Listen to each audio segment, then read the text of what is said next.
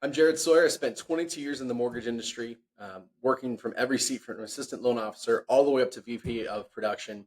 And I'm licensed in 48 states, working with buyers from investments to your first time home buyers. And I love making what feels complicated and making it feel simple. And that's why I do this show. Today's guest is somebody I'm sincerely honored to get a chance to talk to. Scott's a 20-year real estate veteran here in the Valley in Phoenix, Arizona, a top producer. He's at Chairman's Club, which is one of the most toughest things he can do in this market. More importantly than that is a man of integrity. He leads with his heart. Scott has built a career by truly caring about people, not just helping them buy or sell, but walking with families through some of the biggest moments of their lives and treating them like gold. He's the kind of person that you would not only trust with your client, but you would trust with your family and trust with their stories. Scott, thanks for making time, man, and jumping in today.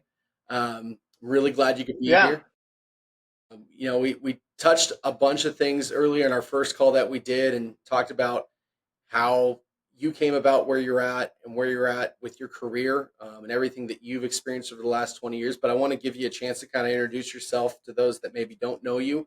Explain a little about where you come from, and then we'll have a little chat and jump into some questions here. yeah, I love it. Most people in this business seem to fall into real estate. I kind of forced my way into real estate. And it's I guess, an interesting story. I lived in Guatemala for 2 years from when I was 19 to 21. And I did so serving the people in Guatemala and teaching about Jesus Christ for my church. And so when you're doing that for 2 years, you have no other focus but other people and how to serve them and help them. So I came home from doing that. Well, that was my sole focus. And I came home, December 28th. My mom was mad at me for not coming home before Christmas, but I said, no, I want to stay. I'm going to come home a couple days after Christmas rather than a couple days before. And so that was December. I immediately started school full time. I was working part time at Wells Fargo as a teller.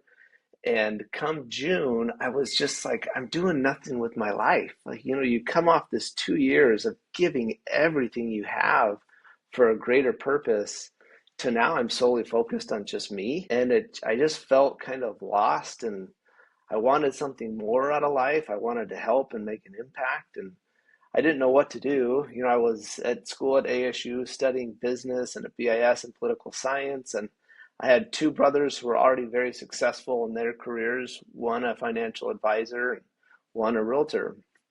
So I shadowed the both of them thinking these are my options. And I decided I liked the real estate thing better, and I just went to work. And it was with the intent that I would do it while I figured out what I wanted to do with my degree. But I ended up loving it, and that's where I've been the last 20. Wow. And what kind of keeps you passionate? I mean, 20 years is a long time to be in the same business. What keeps you passionate? What keeps you motivated? Yeah, I love the impact that you can make on people. It's not just about, yeah, let's sell your house or let's help you buy a house.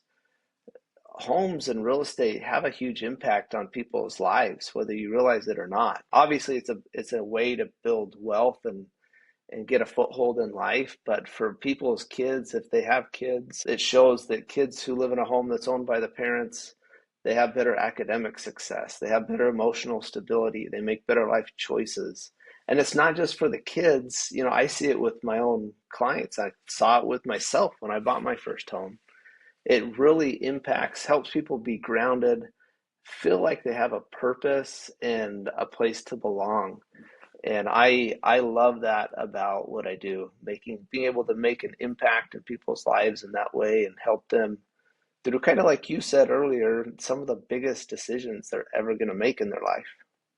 I mean, it is a pretty big decision. When people think of Scott Cook, what makes them think of you maybe different from some of the other agents that are out there? I mean, I think I know where this is going, but I want to hear it from the horse's mouth here. Well, hopefully they don't think short guy, You look but tall on the podcast, man. You're doing great height wise yeah. today. I'll boost the chair up a Perfect. Some little phone bit, books look or a little some taller. something there for you. Yeah. Yeah, I hope they think the basic answers. He's honest, he works hard, he cares about his clients. But those are, those are really the bare minimums in this business. You better be doing those things. But I hope they're also thinking about, hey, Scott listens. Scott cares. And I do. I do listen to needs. I do care about my clients' well-being and their success. And that means something to me. I can't tell you how many times I've had clients call for non-real estate advice, and they always apologize after. Oh, I'm so sorry for wasting your time on this. And no, it's not a waste of time at all. Like, I'm honored that you would call me, have people come by the office and sit across the desk from me and in tears over something going on in their life. And so I hope that they're thinking of someone who goes beyond just, hey, let me help you find a home, but somebody who listens to their needs, listens to their concerns, their struggles, and will help them through it. Beautiful. So back to your mission that you did when you were younger. I think it's important to highlight that a little bit more because from our previous conversation we had before we jumped in and did this, I mean, it really made an impact on you and it really kind of changed the trajectory of what you were doing. And I feel like it led, at least from talking to you, into what you do service wise as a realtor. Would you mind kind of expanding on that a little bit more, what that means to you and where it's kind of taken your career? Yeah, I mean, it taught me. I grew up in a fantastic home. I learned so much in my home, but serving that mission for 2 years where you truly give of yourself, it teaches you something different. And those days were some of my highest of highs and some of my lowest of lows. And so I learned how to manage some of those emotions as well. But I think it taught me just to look so far beyond myself and how I can help other people in whatever fashion it is. And, in this moment today, right now, it's in real estate. Tomorrow, it might be helping them through a hard time they're having with a kid. But being able to look beyond yourself to a greater purpose. I still remember my first showing that I ever had in this business. And my dad always said, Scott, you could sell ice to an Eskimo. And I don't know if we're allowed to say that anymore, but We'll we're let it saying we'll let it it. work. It's fine. Thanks. Um, and I remember going to the showing and I was so excited and just so confident as a 21-year-old. Like, oh, I'm going to sell this house. I'm going to make all this money. And I opened the door and I just had this overwhelming feeling of you're not there to sell the house. You are there to help the people.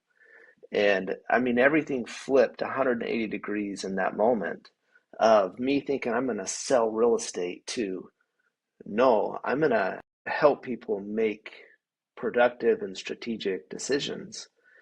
And when the market had crashed, I was newly married. We're trying to make it. And as you know, when you're first married, life throws curveballs and it's generally a little bit of a struggle. And I just remember I remember coming home so many days and my wife being like, how'd work go today?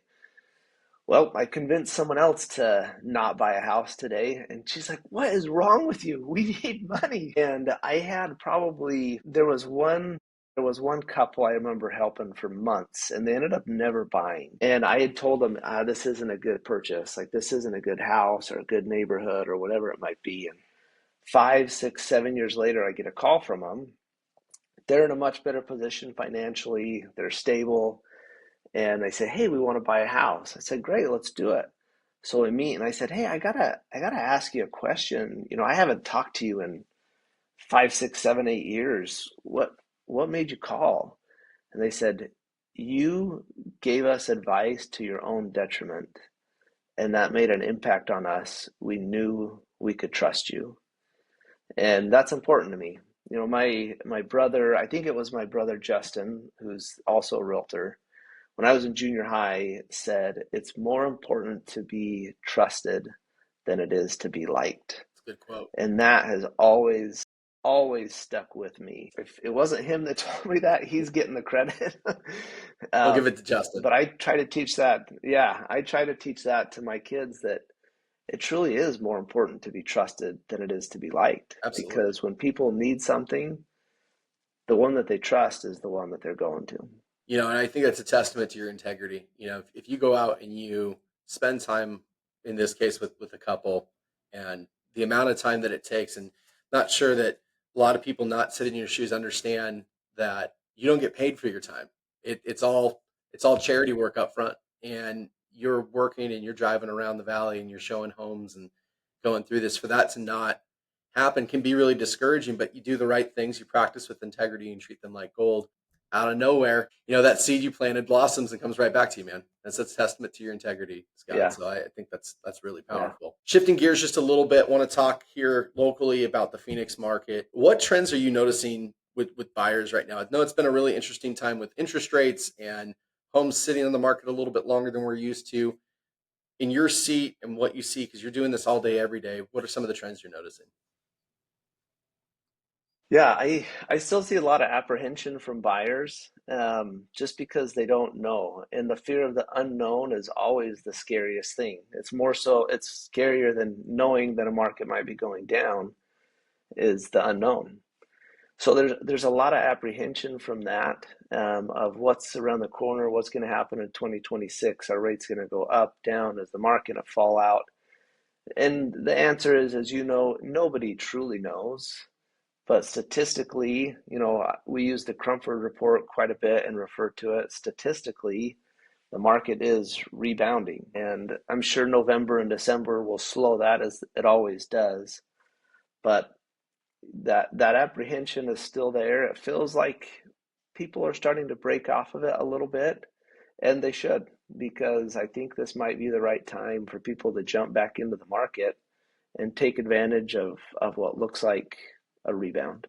What would you say to somebody that's concerned about interest rates that doesn't quite understand the advantage to building equity year over year? Yeah.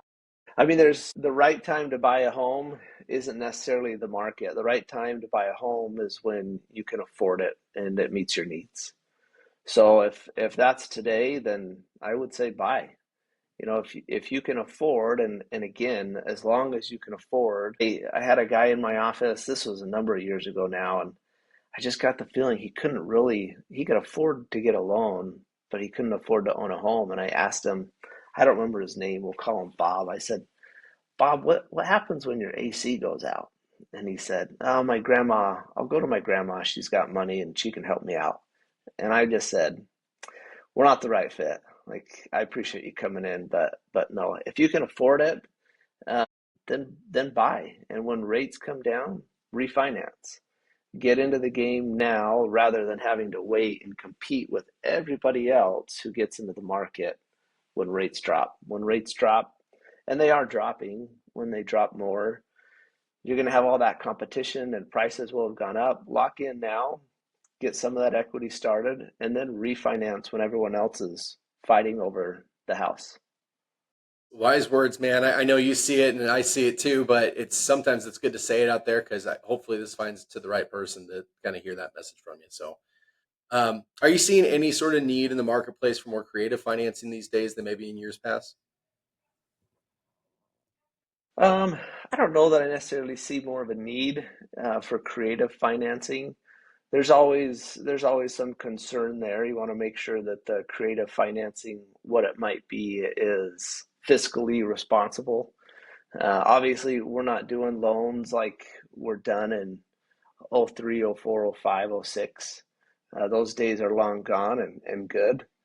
Um, but I mean, there's always the funny thing is, if something doesn't fit someone's mold, then they hate it and they talk bad about it and, oh, it's a bad idea. The reality of the situation is there's a product for everything. There's certain people who need highly creative financing. They can't afford to buy and they can't afford to own, but they need something different.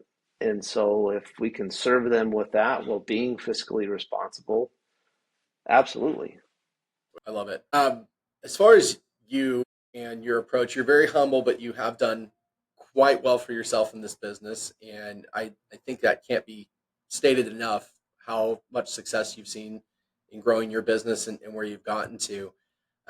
What do you think, in your mind, from what you've seen with your competition, with your peers, really separates an agent like yourself that is out there, consistent, bringing in business, working, serving families, and those that are maybe really struggling in a market like this? Yeah.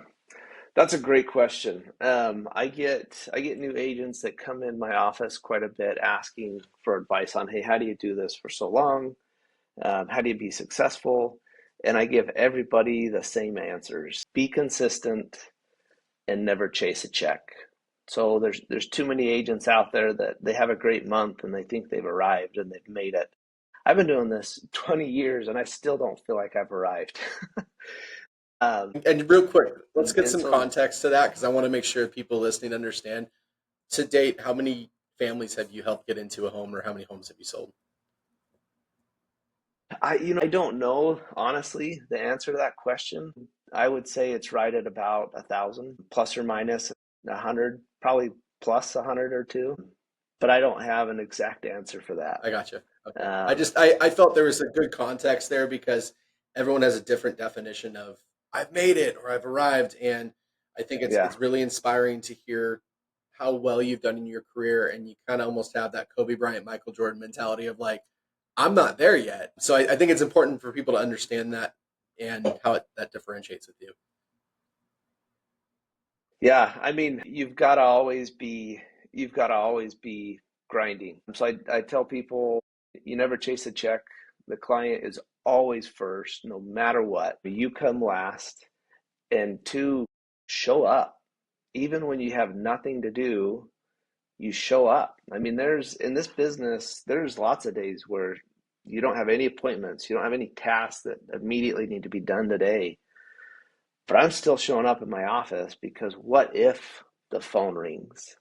There's no such thing as getting lucky. You create your own luck. You create your own luck by being ready, being prepared, and then when the opportunity comes, you can capitalize on it and you can take advantage of it. If there's something, a need for a client that comes up and I'm out, golfing, and that doesn't mean that you can't take an afternoon off and go do something fun. But if that's what I'm doing on the regular when I'm not busy, how am I supposed to jump on that need of a client if I'm gone at the golf course and I'm not showing up to work and being ready to do what I need to do for my clients? That's a great point. Showing up when you don't feel like there's anything to do. Oftentimes you find stuff or clients and they kind of come out of the woodwork. So I, I think it's phenomenal advice. So part of the question I was going to ask, but I think you kind of already alluded to is what's been working really well with you lately. So besides being consistent, are there any attributes about your business that are changing or you would change that you think will enhance what you're doing? I mean, consistency is such a huge thing. And it's a battle when you work for yourself because I wake up every day, you wake up every day unemployed. Yep. We have no job when we wake up. We have to go and make the job. We have to make the work. We have to create it out of nothing. That's for sure probably one of the bigger challenges, but also if you can learn to master it, then it becomes one of the bigger successes as well. Sure. Previous conversation, you talked about really wanting to be more consistent with social media. How do you work that into your day to day discipline that you're talking about? Because if you're consistent and things have been working, sometimes it's hard to go, hey, I want to add to that because I know the right routine. What about social media do you see as a benefit? And what do you think steps you can take to maybe be more consistent and kind of go into what that means to you? Yeah, man, I wish you wouldn't have asked that question. We can always edit it out if you don't want to talk about it. That's fine. No, you're good. That is probably one of my biggest struggles. It's hard for me, and I am working at it. I know it's important, but I struggle with it because there's just so much unauthentic stuff, especially in the real estate realm, Hmm. of agents putting out deals that they're not doing and houses that they're not actually selling. And it's just an awkward space for me because of those things. It's less genuine. It's not authentic. But it's important that you have a presence there, and I am working on it. And if you ask my wife, who's amazing, my attitude is getting better towards it. And I've kind of got a plan that I've set to do better with it.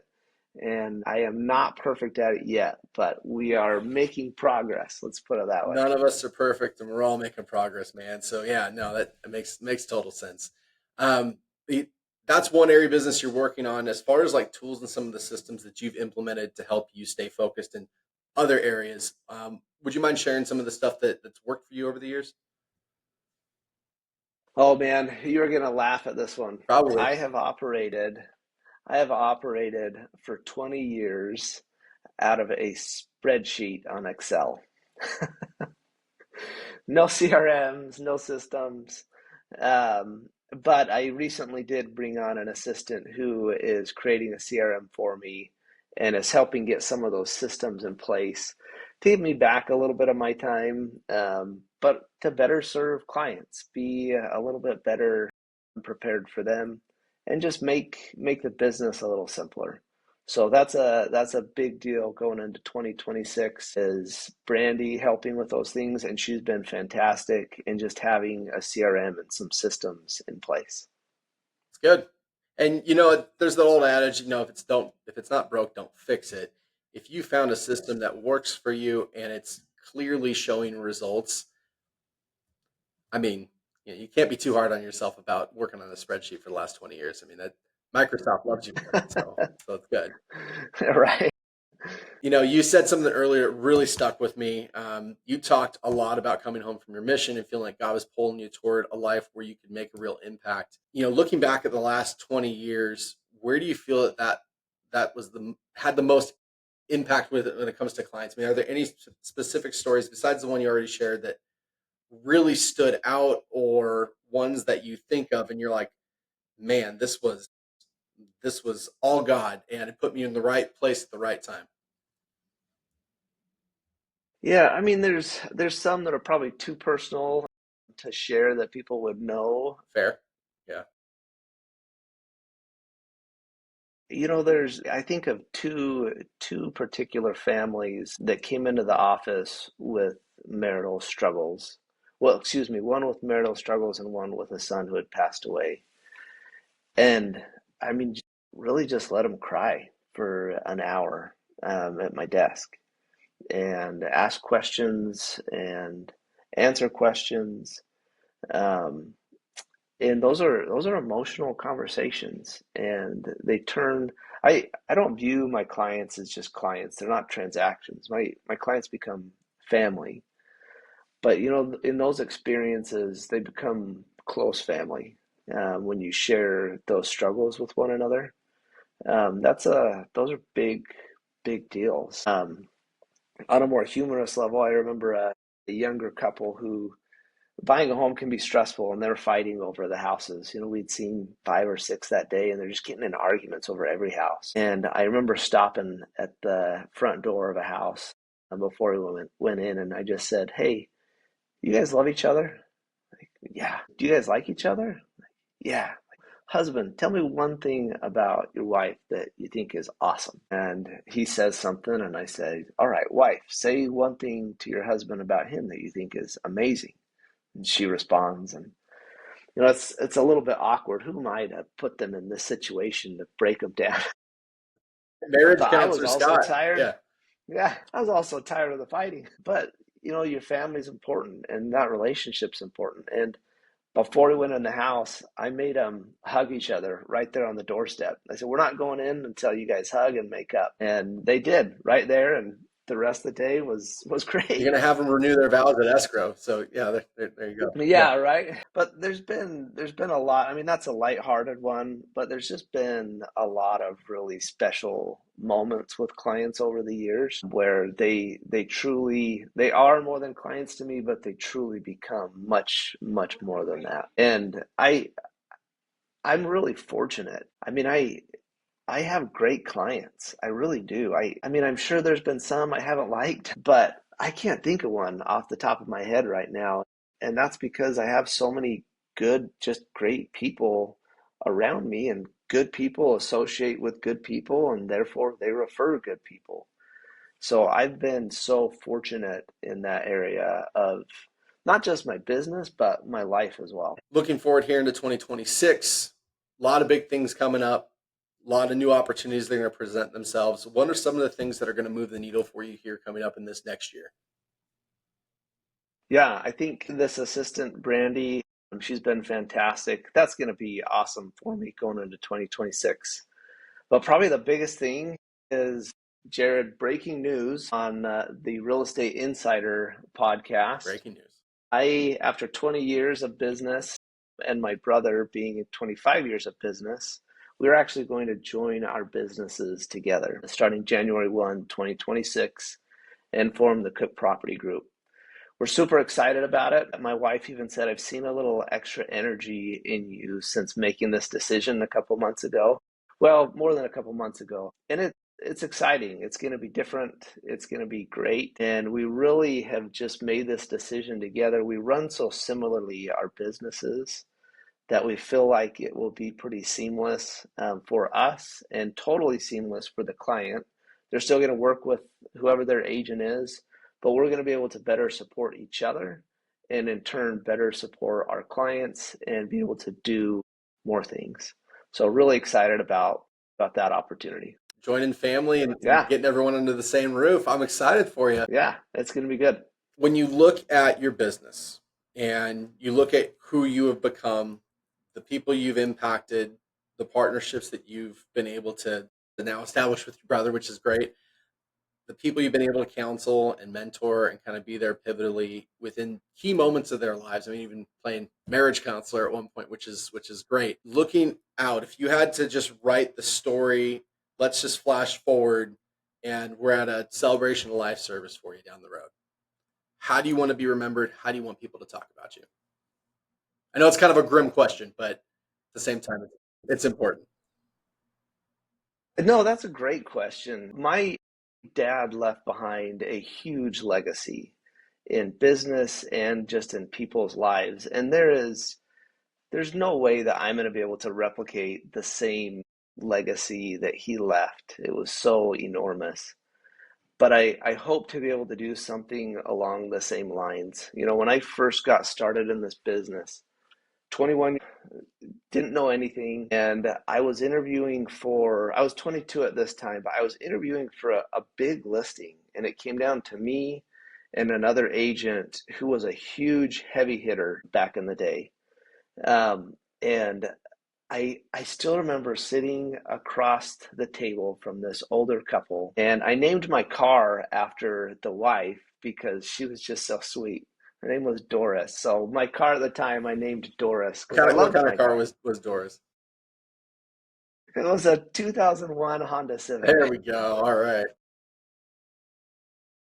But the husband looked me in the eyes and he said, Scott, answer me this. I love everything you've presented, but why would I list my home with you when this other agent has more years experience in real estate than you do in life?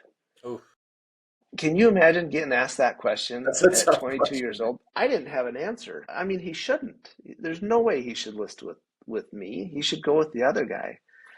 And I said, Bob, the only thing I can tell you is nobody will work harder for you than me, and no one will be more honest with you than me. My dad taught me from a young age that hard work and honesty fixes almost any problem, and I believe that. And Bob said, Scott, what was your dad's name? I said, and I'm going to get emotional. I said, my dad's name is Harvey Cook. And he took the papers, turned them around, and he said, where do I sign? So that's the type of legacy that I want to leave behind, where when my kids go into business, whatever it is, when someone asks, hey, who's your dad? They can say, Scott Cook. And whoever they're with says, where do I sign? So I'm hopeful that I can leave that kind of impact behind to my kids. That's absolutely powerful, man. I'll give you a second here. Take a deep breath. But Thanks. no, I, yeah, that's amazing. That's a really solid. That's really solid. People need to hear that from you. So it's good. This isn't on the script. This is just me talking. Tell me more about your dad. It seems like he had a pretty big impact on you, and you have a lot of respect for Harvey. What does your father mean to you? And what did he teach you about business or life in general? Yeah, I just grew up watching him interact with people and watching how hard he worked, and that there was no problem too big for him to solve if he put his mind to it. and just how we were taught growing up that you are a son and you are a daughter of God, and because of that, you're of divine lineage. You can do anything you want. You're the son or daughter of a king.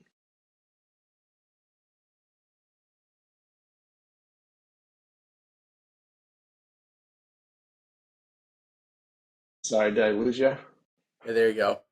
We'll pick it up from son or daughter of a king. Yeah, you're a son or daughter of a king, and you can accomplish anything because of that. So that mindset really gave me the ability to conquer a lot of situations where maybe I didn't have the most confidence, but my dad instilled the belief in me that I could do it if I just tried. He was just wildly successful in his business, in his personal life, his family life. Five, I'm the youngest of five. Everyone's married happily with kids. Everyone's been successful in their different endeavors. I mean, my mom deserves just as much credit. My dad taught us all the business acumen and how to deal with people. My mom taught us what it means to serve and to love and to be gentle and kind when needed. So I was just fortunate to be raised in a home where I was taught all the principles of success on every level, business, family, spiritual, personal, and mostly just watching how they operated. So yeah, my dad had a big impact, and it wasn't always smooth as a teenager. Sure. We were raised much stricter than anyone else. In my high school yearbook, there's actually a section dedicated to how often I was grounded. And I mean, that was life growing up in the Cook home. You better mind your P's and Q's and get your stuff done. And if you do, then you have total autonomy. You can do whatever you want if you get your stuff done and take care of business. So that's another good lesson. You take care of business, go party, go have fun. Yeah. There you go. Changing gears a little bit here, not so maybe as heavy. Are there any partnerships or collaborations coming up that you would like to build this year that would help you grow further in your business? Yeah, I mean, we've got Cook Property Group with my brother, which is going to be super exciting, and we really feel like it's going to be super advantageous to the clients. I also rely on a group called Remax Torchbearers, so it's an age-based success category in Remax where they take the 5 agents in each state and get them together annually. So I'm actually flying out to Florida um, in January to meet with them, and we'll have 3 or 4 days of just networking, brainstorming, problem solving. And I always come back from those events, and this will be either my fourth or fifth. I always come back from those just with so many great ideas. And these other agents are just phenomenal agents. And they've become good friends. And having my brother and forming this group with him and having our assistant, it's going to allow us to take some of these new ideas and better implement them just because there'll be more time and more hands to do so. So, really excited about that. I'm happy for you, man. That sounds like a really cool Thanks. 2026 coming up here. Yeah. Last question. We're gonna end on this here. You have a time machine, jump in, you go back, you just got back from your mission 20 years ago. You find yourself walking around Gilbert, you stop yourself, you have that shock value moment, but you sit down. What is one piece of advice that you would give your younger self? Be patient. You're going to have a smoking hot wife who's awesome in every way. It's exactly what a 22-year-old needs to hear too. That's perfect. Yeah. Um, just I think the advice would be just follow your instincts, follow what you believe at a core, and you'll get to where you want to go. In the early days, you're motivated by I want to earn as much money as I can. And some people are going to say, "Oh, that's not why I'm motivated." And they're lying. Everyone has a motive to earn money and make a good living and provide a good life. But man, how quickly does that become, I want to impact people. And how you impact people is with how you treat them and who you are at your core. So I would tell myself, be patient and just continue doing what you know is right. You've been taught everything you need to succeed. And if you do, one thing I've learned is everything good is on the other side of hard. Nothing that is good comes easy. It's a struggle. At least it is for me. You're not alone. It's a struggle. Yeah. Maybe it's God's way of keeping me moderately humble, but be patient. And when you do things the right way, you'll grow, and you'll grow to exactly where you want to be. Be patient. Give yourself, I'm great at giving advice of give yourself some grace, but it's hard to give yourself grace. But be patient with yourself. Trust the process, as they say, and just go to work honoring what your core beliefs are, and you'll make it. Well said. Scott, thank you so much for coming on today. Listeners, thank you for joining us. Please like and subscribe and share if you feel led for more insider real estate knowledge. Once again, I'm Jared Sawyer. Goodbye and take care. Thank you.